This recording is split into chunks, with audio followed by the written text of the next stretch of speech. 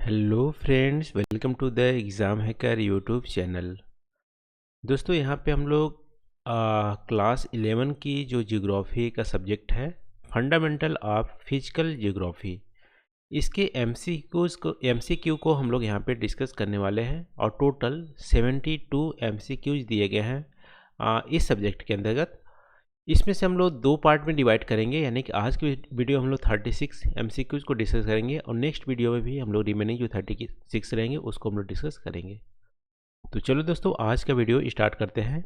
और हमारा पहला प्रश्न है, यहाँ पे बताना है कि जो फॉलोइंग स्कॉलर हैं उसमें से कौन से ने सबसे पहले यहाँ पे जियोग्राफी को कॉइन किया था, यानी जियोग्राफी टर्म्स का यूज किया था। सबसे पहले स्कॉलर कौन थे?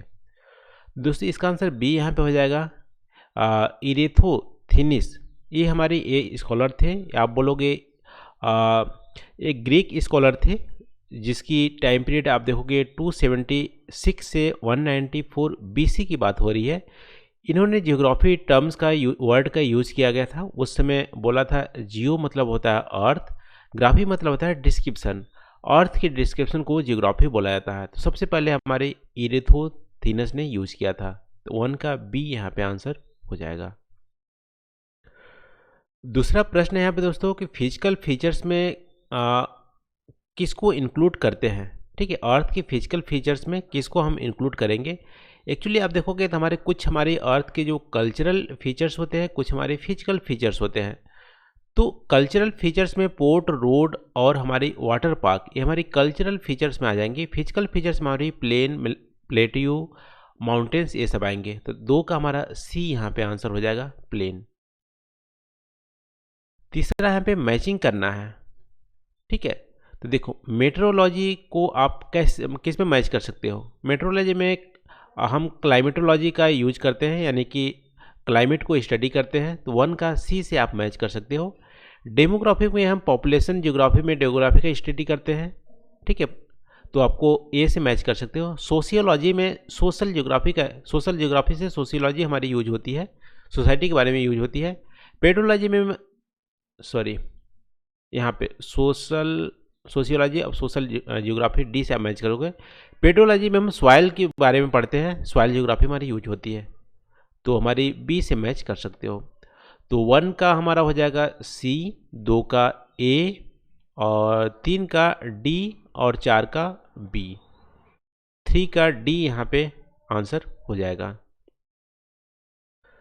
तो आज का चौथा प्रश्न है यहाँ पे, which one of the following question is related to cause effect relationship, यानी कि कोई भी इवेंट होती है उसके क्या कॉज होंगे और उसके इफेक्ट क्या होंगे। तो यहाँ पे रिलेशनशिप आप देखो वाई, जो हमारी आंसर देता है वाई दिस हैपन, तो कॉज इफेक्ट रिलेशनशिप को यहाँ पे मैच करता है। तो 4 का ए यहाँ पे आंसर हो जाएगा वाई। अब यहाँ पे पूछा है पांचवा कि कौन सा ऐसा डिसिप्लिन है, यानी कि सब्जेक्ट है, जो टेम्पोरल सिंथेसिस को स्टडी करता है।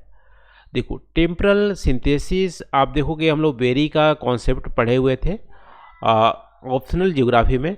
तो टेम्पोरल सिंथेसिस का मतलब है कि जो हमारी टाइम होती है, मान लो कोई भी एक लोकेशन है, ओवर द टाइम कैसे इवोल्व हुआ उसकी बात कर रहा है।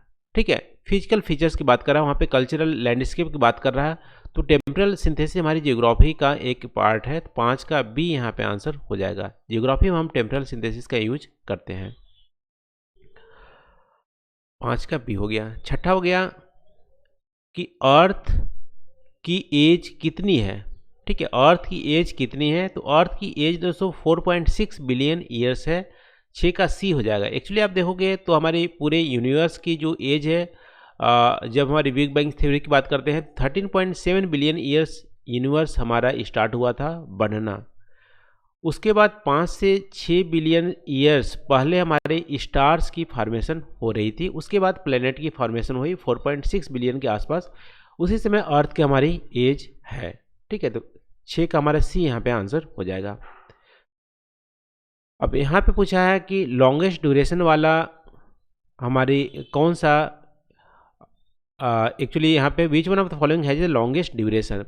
जियोलॉजिकल टाइम स्केल की बात करोगे तो लॉन्गेस्ट ड्यूरेशन सबसे ज़्यादा ईएन की होती है। ठीक है, तो 7 का ए हो जाएगा। उसके बाद इरा आती है, फिर इपॉक हमारी, फिर पीरियड आते हैं। तो 7 का ए हमारे EN की सबसे ज़्यादा लॉन्गेस्ट ड्यूरेशन होती है। तो 7 का ए हमारा आंसर हो गया।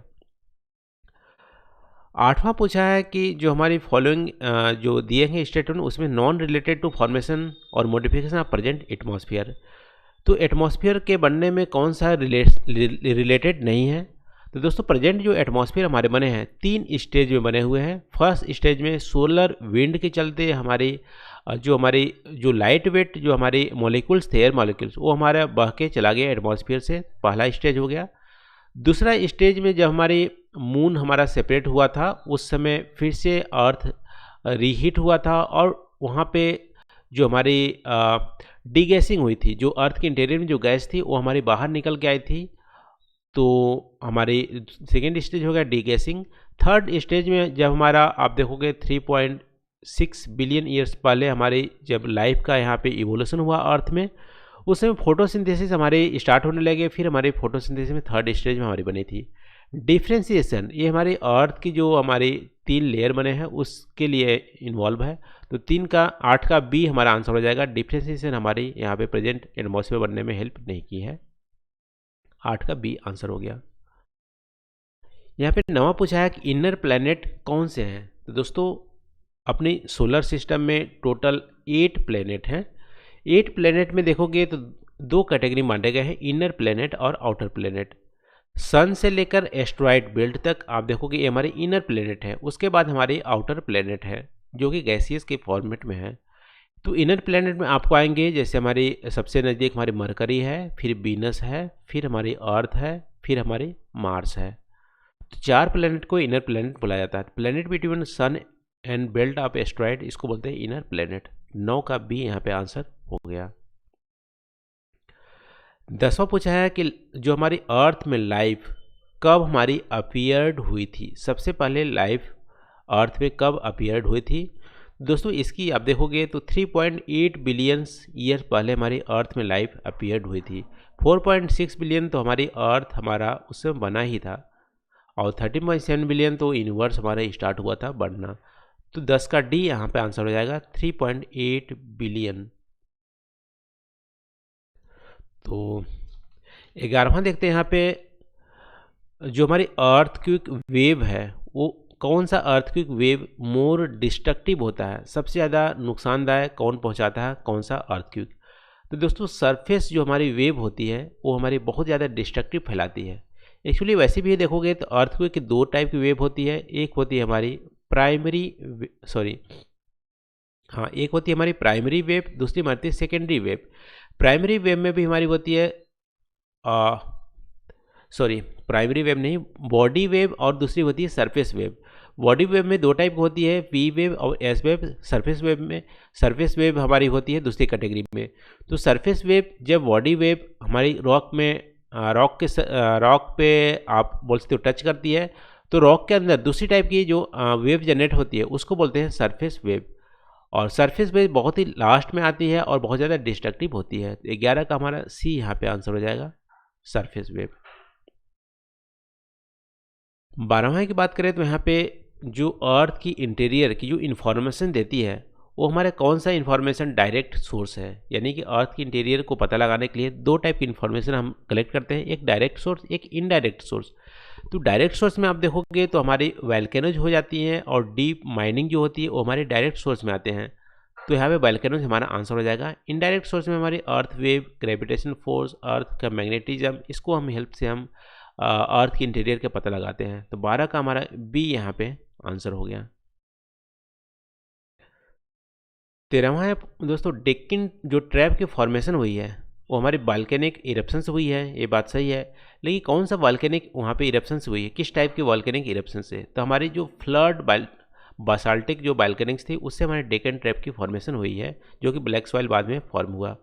तो 13 का बी यहाँ पे आंसर हो जाएगा, फ्लड वॉल्केनिक इरप्शन, जिससे हमारी डेक्कन ट्रैप फॉर्मेशन हुई है। 14वां पूछा है कि लिथोस्फीयर जो हमारी अर्थ में लिथोस्फीयर जो हमारी है वो किस से बनी हुई है, यानी कौन सा पार्ट है? तो वैसे अर्थ का देखोगे 3 लेयर हैं। सबसे नीचे कोर है, उसके बाद मेंटल है, उसके बाद हमारी क्रस्ट है। तो क्रस्ट और अपर मेंटल से मिलके हमारे लिथोस्फीयर बनते हैं। जो हमारी हार्ड है सबसे ज़्यादा, तो आप देखोगे यहाँ पे क्रस्ट और अपर मेंटल, बी यहाँ पे आंसर हो जाएगा। इससे हमारे लिथोस्फीयर बनते हैं, और लिथोस्फीयर बाद में डिफरेंट प्लेटेड पे भी डिवाइड है, लिथोस्फीरिक प्लेट भी बोलते हैं उसको। 15वां है दोस्तों यहाँ पे कि सबसे पहले जो स्कॉलर थे वो कौन से थे, जो यूरोप, अफ्रीका और अमेरिका तीनों को साइड बाय साइड दर्शित कराए थे। यानी कि पॉसिबिलिटी बोले थे कि यूरोप, अफ्रीका और अमेरिका तीनों एक साथ पहले, बहुत पहले साथ साथ जुड़े हुए थे। सबसे पहले कौन से जियोग्राफर थे या स्कॉलर थे? तो दोस्तों यहाँ पे आप बात करोगे तो हमारे इसका सी आंसर हो जाएगा, अब्राहम ऑर्टेलियस। सबसे पहले स्कॉलर थे जो कि डच स्कॉलर थे जो मैप बनाते थे। उन्होंने सबसे पहले पॉसिबिलिटी जाहिर की थी कि यूरोप, अफ्रीका और अमेरिका तीनों ही साथ साथ हैं। इसके बाद आप देखोगे, इसके बाद फिर से इन्होंने एंटोनियो ने भी इन्होंने सपोर्ट किया था। बाद में अल्फ्रेड वेगनर ने इसको बहुत सारा लॉजिक भी दिया था, तो बात की बात है। लेकिन सबसे पहले अब्राहम ऑर्टिनस ने, इन्होंने डच जो मैप बनाने वाले थे, उन्होंने सबसे पहले पॉसिबिलिटी जाहिर की थी। 15 का सी यहाँ पे आंसर हो जाएगा। अब यहाँ पे 16वां है कि पोलर जो फ्लिंग फोर्स होती है वो रिलेटेड है। देखो, हमारी जो अल्फ्रेड वेगनर थे, उन्होंने कॉन्टिनेंटल ड्रिफ्ट थ्योरी दी थी। उसमें ड्रिफ्टिंग में फोर्स जो थे, ड्रिफ्टिंग के फोर्स उन्होंने बोला था पोलर फ्लिंग फोर्स होंगे और दूसरा टाइडल फोर्स होंगे। टाइडल फोर्स हमारी अर्थ जो ग्रेविटेशनल फोर्स है मून और सन का, उसके चलते टाइडल फोर्स जनरेट होती है। पोलर फ्लिंग फोर्स किससे जनरेट होती है? उन्होंने बोला था रोटेशन ऑफ अर्थ से हमारी polar fling earth force generate होती है। क्योंकि पोलर फ्लिंग अर्थ में उन्होंने बोला था कि जो हमारे अर्थ है, अर्थ इक्वेटर साथ बल्ज है और हमारे पोल के साथ हमारी क्या है, फ्लैट है। तो यहाँ से एक फोर्स जनरेट होती है बल्ज से पोल की ओर, इससे हमारी कंटिनेंट यहाँ पे ड्रिफ्ट करते हैं। ठीक है, तो पोलर फ्लिंग फोर्स हमारी रोटेशन ऑफ अर्थ से जनरेट होती है। 16 का सी यहाँ पे आंसर हो जाएगा।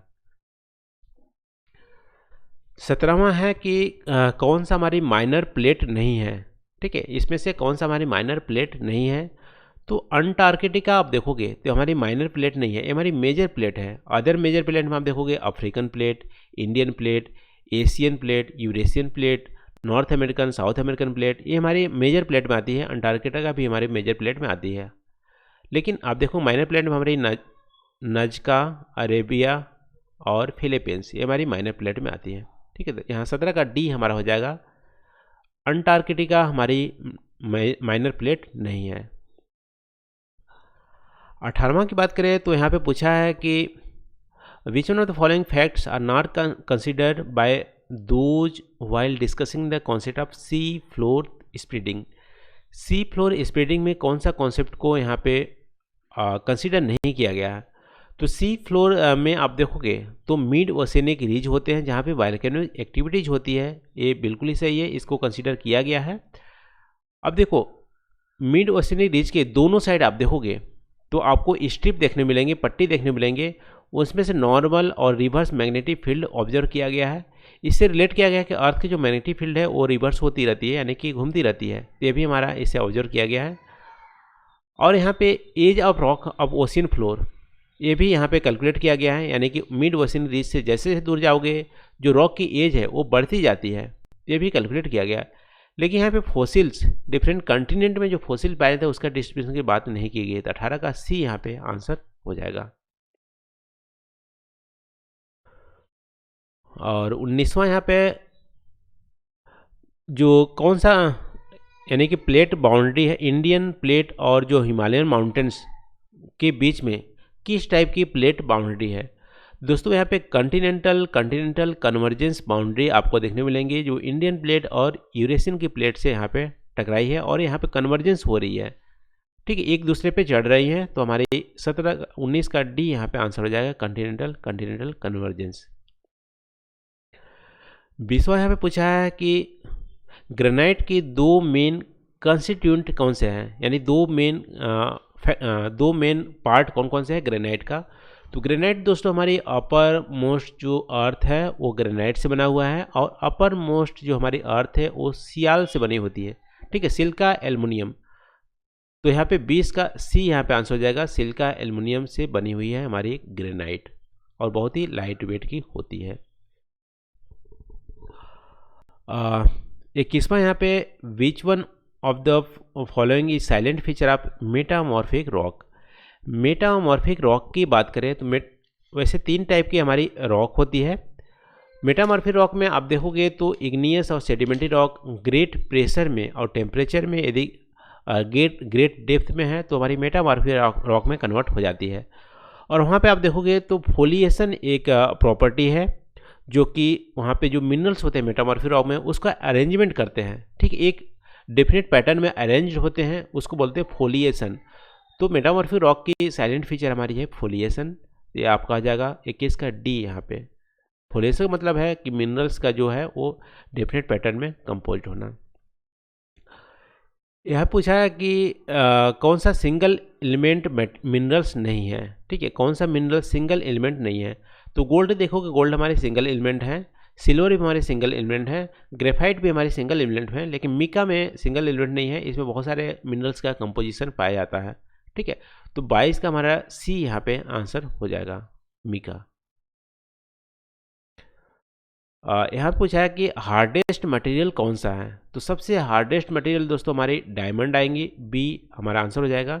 क्योंकि डायमंड में आप देखोगे सबसे हार्डेस्ट क्यों है डायमंड, क्योंकि डायमंड में जो मॉलिक्यूल्स की जो पार्टिकल्स हैं वो बहुत ज़्यादा कॉम्प्रेस्ड होते हैं, ठीक है, वो उसके बीच में स्पेस नहीं होता है, इसलिए बहुत ज़्यादा हार्डेस्ट होती है।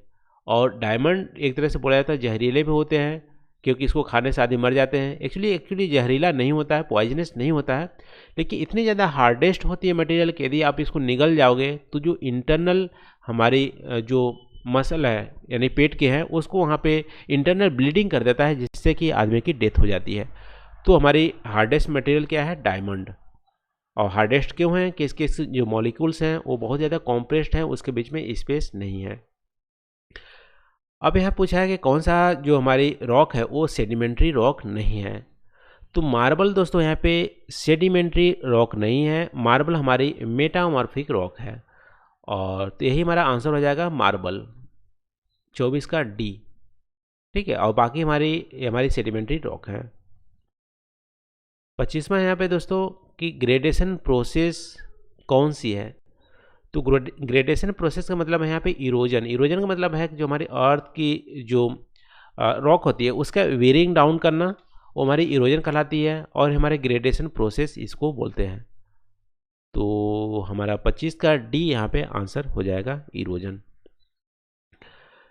अब यहाँ पूछा है कि कौन सा जो मटेरियल है वो हमारी हाइड्रेशन प्रोसेस से अफेक्ट होती है। तो हाइड्रेशन प्रोसेस मतलब है यहाँ पे कि वाटर से कौन सा इफेक्ट होती है, डिसॉल्व होती है। तो वैसे आप देखोगे तो हमारी साल्ट वाटर से हाइड्रेशन प्रोसेस से हमारी अफेक्ट होती है। इसके अलावा क्ले भी होती है, लेकिन ज़्यादातर हमारी साल्ट होती है क्योंकि डिसॉल्व हो जाती है, ठीक है। तो 26 का हमारा डी यहाँ पे आंसर हो जाएगा, सॉल्ट। यहाँ पूछा debris एवलांचे can be included in the category of. तो डेब्रिस एवलांचे को आप rapid flow of mass movement में आप इसको इंक्लूड कर सकते हो, क्योंकि डेब्रिस जो एवलांचे होती है थोड़ा सा स्पीड इनकी ज़्यादा होती है, मास मूवमेंट होती है। तो यहाँ पे रैपिड फ्लो मास मूवमेंट में आप इसको इंक्लूड कर सकते हो, 27 का सी यहाँ पे आंसर हो जाएगा। 28वां यहाँ पे कि which one of the following stage of landform development downward cutting is dominated. देखो डाउनवर्ड कटिंग सबसे ज़्यादा यूथ स्टेज में होती है। यूथ स्टेज में हमारी डाउनवर्ड कटिंग होती है, और हमारी मैच्योर्ड और ओल्ड स्टेज में हमारी क्या होती है, साइडवर्ड जो होती है वो हमारी कटिंग होती है। तो 28 का हमारा ए आंसर हो जाएगा। इसी यूथ स्टेज में हमारी वी शेप्ड यू शेप्ड हमारी वैलीज बनती है। अब 29वां यहाँ पे deep valley characterized by step like side. देखो स्टेप लाइक साइड यानी सीढ़ीनुमा स्टेप यहाँ पे साइड बोल रहा है, और इस वैल्यू को क्या नाम देते हैं। तो दोस्तों ये हमारी कैनन होती है। कैनन में हमारी स्टेप लाइक हमारी साइज होती है, ठीक है। और गॉर्ज में तो आप देखोगे कि गॉर्ज में जो हमारी ऊपर की जो साइज होती है वही हमारे नीचे की भी साइज होती है, ठीक है। तो इस टाइप की हमारी साइज होती है। यू नहीं होता जनरली, ऐसे होता है फ्लैट। तो ये हमारी गॉर्ज होती है। कैनन में स्टेप लाइक साइड, स्टीप सीढ़ीनुमा हमारी साइज होती है। 29 का हमारा डी आंसर हो जाएगा। तीसरा यहाँ पूछा है कि कौन सा ऐसा रीजन है, लोकेशन है, जहाँ पे केमिकल वेदरिंग बहुत ज़्यादा डोमिनेंट होती है ओवर द मैकेनिकल प्रोसेस। दोस्तों लाइमस्टोन जो रीजन होती है जहाँ पे कास्ट टोपोग्राफी हमारी बनती है, ठीक है, वहाँ पे केमिकल वेदरिंग बहुत ज़्यादा डोमिनेंट होती है, क्योंकि वाटर वहाँ पे जैसे पड़ती है रिएक्शन करती है और बहुत सारे फीचर्स बनते हैं। तो हमारे 23 का 20 हमारा आंसर हो जाएगा, लाइमस्टोन रीजन। 31वां है यहाँ पे कि कौन सा जो सेंटेंस है वो बहुत डिफाइन करता है लैपिस की। तो लैपिस दोस्तों यहाँ पे कास्ट टोपोग्राफी का पार्ट है, और जब कास्ट टोपोग्राफी की जो हमारी फ्लोर होती है वो बहुत ही ज़्यादा रफ होती है, उसको बोलते हैं लैपिस। तो यहाँ पे देख लेते हैं कौन सा स्टेटमेंट बताया, landform form due to dripping water from surface. देखो, irregular surface with sharp pinnacle groove and ridge, इसको बोलते हैं लैपिस। जो हमारी जो लाइमस्टोन जो रीजन है कास्ट टोपोग्राफी जहाँ बनती है वहाँ पे होती है। 31 का डी हमारा हो जाएगा। इरेगुलर सरफेस जो सरफेस होती है उसको हम बोलते हैं लैपिस। आज का 32वां यहाँ पे प्रश्न है, डीप लॉन्ग एंड वाइड जो ट्रफ होती है, बेसिन होती है, वेरी स्टीप कॉनकेव होती है, high walls at it heads as well inside is known. देखो जो हमारी डीप होती है और लॉन्ग भी होती है, ठीक है, डीप और लॉन्ग होती है, वाइड ट्रफ होती है, बेसिन होती है, वेरी स्टेप हमारी कॉनकेव होती है इस टाइप का, और हाई वॉल होती है एट द हेड पे। ये हमारी सर्क जो होती है, सर्क यानी कि आप देखोगे ग्लेशियर वाले रीजन में जो गड्ढे होते हैं वो हमारी सर्क होती है, इसकी ये फीचर्स बता रहा। तो 32 का हमारा ए यहाँ पे आंसर हो जाएगा, सर्क। ये हमारी इरोजनल भी लैंडफॉर्म है सर्क। अब देखो 33वां दिया है, which one of the following gas constitute the major person of the atmosphere. ये सिंपल ही है, नाइट्रोजन 78% के आसपास हमारी पूरे एटमॉस्फेयर में कंस्टिट्यूट करती है। सेकेंड नंबर पे ऑक्सीजन आती है, थर्ड नंबर पर हमारे आर्गन आती है, फोर्थ नंबर पे कार्बन डाइऑक्साइड आती है। तो 33 का हमारा बी यहाँ पे आंसर हो जाएगा, नाइट्रोजन। अब यहाँ पूछा है कि ह्यूमन बीइंग के लिए कौन सा एटमॉस्फेरिक जो लेयर है बहुत ज़्यादा महत्वपूर्ण है। तो जाहिर सी बात है ह्यूमन बीइंग ट्रोपोस्फीयर सारी रिक्वायरमेंट ह्यूमन बीइंग का फुलफिल करता है। तो ट्रोपोस्फीयर हमारे बहुत ही ज़्यादा महत्वपूर्ण है ह्यूमन बीइंग के लिए। तो इसका 34 का सी यहाँ पे आंसर हो जाएगा। 35वां है दोस्तों, sea salt, pollen, ash, smoke, soot, fine soil, these are associated with. देखो ये सब हमारी जो डस्ट पार्टिकल है उसका पार्ट है, सी साल्ट, पोलन, एस, स्मोक। तो ये डस्ट पार्टिकल हमारा आंसर हो जाएगा 35 का बी। अब 36वां दोस्तों आज का लास्ट क्वेश्चन, इसके बाद हम रिमेनिंग क्वेश्चन को डिस्कस करेंगे। 36वां है, oxygen gas is negligible quantity at the height of atmosphere. किस एटमॉस्फेयर की हाइट पे जाने पे ऑक्सीजन की जो मॉलिक्यूल्स हैं वो हमारी बहुत ज़्यादा नेग्लिजिबल यानी कि बहुत ही कम देखने को मिलते हैं। तो हमारी दोस्तों 120 किलोमीटर आप ऊपर जाओगे तो ऑक्सीजन की मात्रा बहुत ही कम हो जाती है, यानी नेग्लिजिबल नहीं के बराबर होती है। 90 किलोमीटर ऊपर जाने पे हमारी कार्बन डाइऑक्साइड की मात्रा कम हो जाती है, यानी नहीं होती है, ठीक है, या वाटर वेपर और कार्बन डाइऑक्साइड दोनों नहीं पाए जाते हैं 90 किलोमीटर ऊपर। तो इसका आंसर हो जाएगा 36 का बी, 120 किलोमीटर के हाइट पे जो हमारी ऑक्सीजन गैस की मात्रा बहुत ही कम होती है, ना के बराबर होती है। तो दोस्तों 72 क्वेश्चन में से 36 जो प्रश्न हैं आज हम लोग इस वीडियो में डिस्कस किए हैं। रिमेनिंग जो हमारी क्वेश्चन है उसको नेक्स्ट वीडियो में हम लोग डिस्कस करेंगे। तो आज के लिए बस इतना ही। Thank you for watching. Please आप कमेंट करके जरूर बताना वीडियो कैसा लग रहा है। तो थैंक यू।